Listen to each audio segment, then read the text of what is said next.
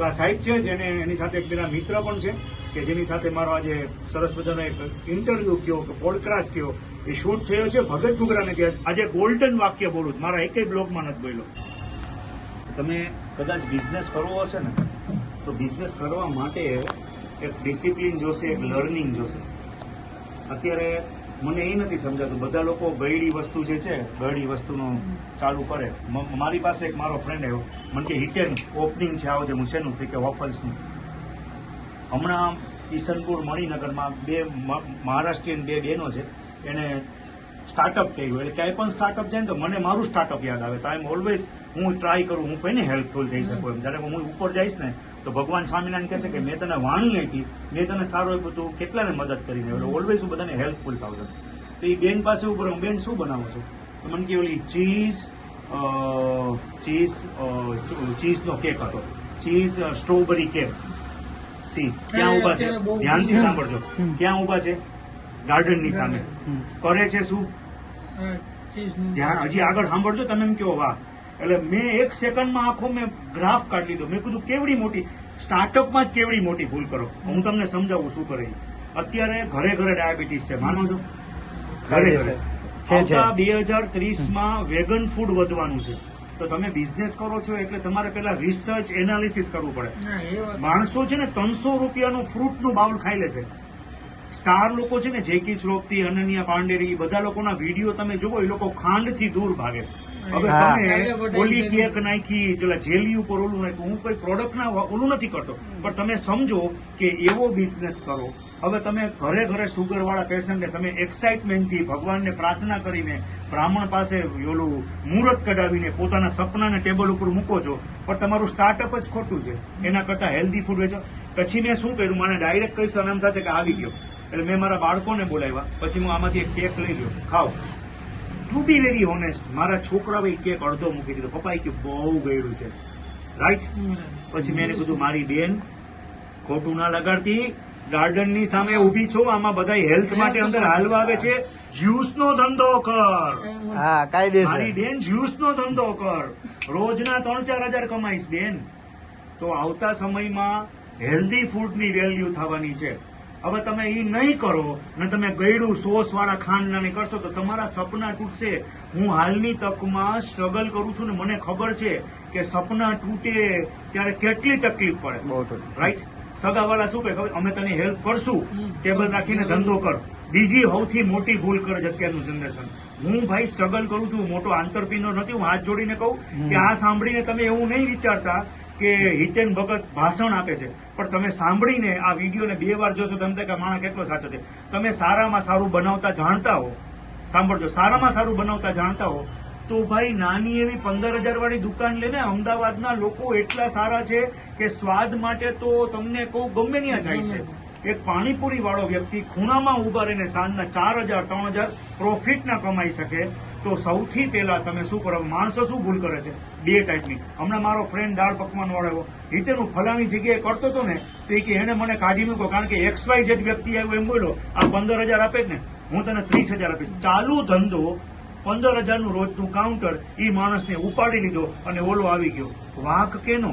વાંક ગાંડો તારો કે તું કોકના ઓટલા ઉપર ધંધો કરવા જાય છે. તું રોડ ઉપર ઉભો રહે, પેલા એનાલિસિસ તો કર કે કોર્પોરેશન છે એ દબાણ સાકું છે, એ બહુ સારું કામ કરે છે. તો એનો મતલબ એ છે એમાં રિસર્ચ કરો કે 20-20 વર્ષ જૂના લોકોને ઉપાડી લે છે, કારણ કે કાયદો રાઈટ છે. તો હવે તમે એમ કહેશો કે 20 વર્ષથી હું ધંધો કરતો હતો, પછી શું થાય ખબર છે? ચાલુ ધંધો વિખાઈ ગયો. લોકો જયારે બિઝનેસ કરવા માટે જાઓ છો તો તમારા ઘરના દરવાજા પાસેથી એ કરશો તો એટલીસ્ટ એ તમારી સ્ટ્રગલ નહીં થાય. બીજું કે અત્યારના સમય પ્રમાણે તમારે સોશિયલ મીડિયામાં એક્ટિવ રહેવું બહુ જરૂરી છે. બહુ જરૂરી. શું કામ? એને ખબર છે હિતેન ભગત ઘુઘરા સેટેલાઇટમાં હોય તો બધા મને પ્રેમ આપે છે, હું બધાને પગે લાગુ જાય. હું સાચું બોલીશ તો હું રોઈ પડીશ. હું એટલું મારી લાઈફમાં અત્યારે સ્ટ્રગલ કરું છું. હમણાં એ 6-4 મહિનાથી મારી આંખમાં સારું હતું, દવા કરાવ્યા પછી પાછો પ્રોબ્લેમ આજુબાજુના લોકોથી શરૂ થઈ ગયો. પાછું મને આ વાદળું થઈ ગયું છે. તો હું સ્ટ્રગલ કરું છું, પણ મારો જીવ શું પડે કે કોકની લારી ઉપડતા હું જોઉં ને તો ભગવાન દ્વારકાધીશની સાક્ષી કહું, મારું આમ છાતી ફાટી જાય કે અરો આજે પાછા કોકના સપના ટ્વીટા. આ ટ્રુ છે યાર. તમે રોડ ઉપર ધંધો ના કરો. પાર્ટનરશિપમાં ના કરો. કારણ કે પાર્ટનરશિપમાં શું થાય, તમને એમ થાય કે હું સારું બનાવું, પણ ઓલાને નથી. મારે ચાનો બિઝનેસ કર્યો તો હું બેસ્ટ કારીગર છું યાર, તો મારા દોસ્તાર મારો પાર્ટનર હતો એનો 20 વર્ષ જૂનો માણસ આંગળી કરે, એ કે અમદાવાદમાં તો આધુનિક ચાલે. અરે મારા કાઠિયાવાડના ચા વાળા છોકરાઓ બધા દાબીને ધંધો કરે. મારી બ્રાન્ડ એક માણસની હળી કરવાથી બંધ થઈ ગઈ બાપુનગરમાં. તો પાર્ટનરશિપ કઈ ત્યારે ને ન્યાય સપના ટ્વિટર. તો તમને કહેવાનો મતલબ એ છે, હેલ્ધી ફૂડ ઉપર ફોકસ કરો.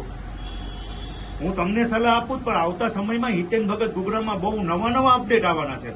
તો તમે ઓલી આ ટાઈપનો સોસ નાખ્યો, આ ટાઈપનો ફ્રૂટની ઉપર તમે, હું વાંકા નથી બોલતો, હું તમને લાઈન આપું છું, પ્લીઝ આવું કંઈક કરો. હવે તમે ઓલા શું કહેવાય, ઓલા બધી હેલ્ધી વસ્તુ સમજો ને, પીનો ઓલા શું કહેવાય ને, સ્પ્રાઉટ ને, રાઈટ જ્યુસ ને, એવી રેસીપી બનાવો કે સારી અમેરિકા સુધી તમારી બોટલ જાવી જોઈએ. તમે મારા હરાવ ટેબલ ઉપર ઓલો ખાંડ નાખવાનું કરો, કોણ ખાશે? તમારા સપના તૂટવાના છે. તમે જે દુકાનની બહાર સ્ટોલ નાખ્યો છે ને, એને બિચારાને પોતાનું 35-40 હજારનું ભાડું કાઢવું છે, પણ તમે ત્યાં ધંધો સેટ કરીને આપવાના છો. પછી તમને ડેમ શ્યોર તમે કેસ સ્ટડી કરો, એનાલિસિસ કરો કે હા ભાઈ સાચા છે. રોડ ઉપર તમે સપના કરીને મસ્તીની લાઈટ વાળો તમે ટેમ્પો, મારા સગાવાળાએ મને અમારા જે ઓળખીતા એવી મારી વગાડેલી છે ને, અમે તને 5-15 હજારની મદદ કરી, રોડ ઉપર ધંધો કરીને, તું તો બહુ બ્રાન્ડ ને ફ્રેન્ચાઇઝી વાળો છો.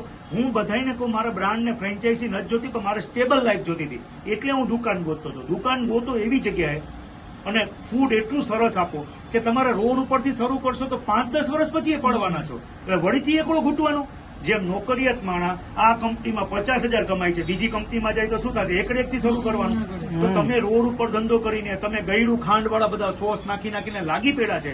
એક જણો ચાલુ કરે, 2 વિડીયો વાયરલ થયા. હમણાં મારી પાસે મણિનગરનું એક કેસ સ્ટડી આવ્યો, હું બહુ કેસ સ્ટડી કરું. મણિનગરમાં એક કોકે ચાલુ કર્યું, એની યાર ઓલો પાર્ટનર હતો, જો હું કોઈના નામ નહીં આપું, હું કેસ સ્ટડી કરું.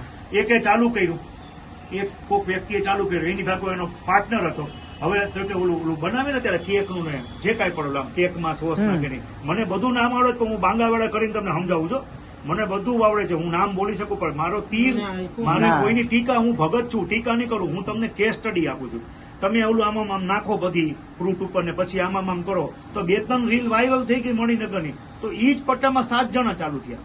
પણ તમે ઓને 2 વર્ષ ધંધો કરો, 3 વર્ષ ધંધો તો થવા દો. અને તમે શું આપો છો? ખાંડ વાળું. અરે પેલા જોવો, હવે મને તમે હારામાં હારો કેક આપો, બરોબર, મને ડાયાબિટીસ છે, બોલો, તો તમે ઈ જુઓ, ડાયાબિટીસ તો અત્યારે ઘરે છે, તો તમારો ઈ ગયડું સોસ નાખવાનો ધંધો કેટલો ટાઈમ. તો આજે ગોલ્ડન વાક્ય બોલું, મારા એકેય બ્લોગમાં નથી બોલ્યો, ગોલ્ડન શબ્દો આપી રહ્યો છું કે તમારા લોકોના શબ્દ તમારા સપના ન ભાંગે. હું બહુ ભાંગેલો માણસ છું. હું કાલ સવારે ક્યાં હોઈશ મને નથી ખબર, બરોબર. મારી ગેમ નથી. મારા સપના હતા કે મારે ગાડી વાળું થવું છે, નાની એવી ગાડી જોઈએ, પણ હું બહુ તૂટેલો માણસ છું. અને મને જયારે કોઈ પણની લારીને, હું મારા ભગવાન સ્વામિનારાયણની સાક્ષી કહું, હું કોઈ પણની લારીને ઉપડતા જાઉં ત્યારે મને એ મારું બધું યાદ આવે છે. હું તમને આજે એવી સરસ વાત કહું છું, ધંધો ચાલુ કર્યા પેલા એક સોનાના શબ્દ છે. પેલા તમે સારામાં સારો એરિયો, પેલા સારું ફૂડ બનાવતા શીખો, પ્લીઝ કારીગર ન રાખો. બીજા નંબરમાં છેલ્લા 50 વર્ષ ત્યાં કયો ધંધો અનસ્ટોપેબલ ચાલે છે ઈ જુઓ. આઈ રિપીટ, છેલ્લા 50 વર્ષ ત્યાં કયો ધંધો ચાલે છે, અને આવતા 50 વર્ષ કયો ધંધો ચાલશે. છેલ્લા 50 વર્ષ ત્યાં માર્કેટમાં 50 વર્ષ જૂની પેઢીઓ 5-10 લખો, બુક પેનથી લખો, કેસ સ્ટડીને એનાલિસિસ કરો.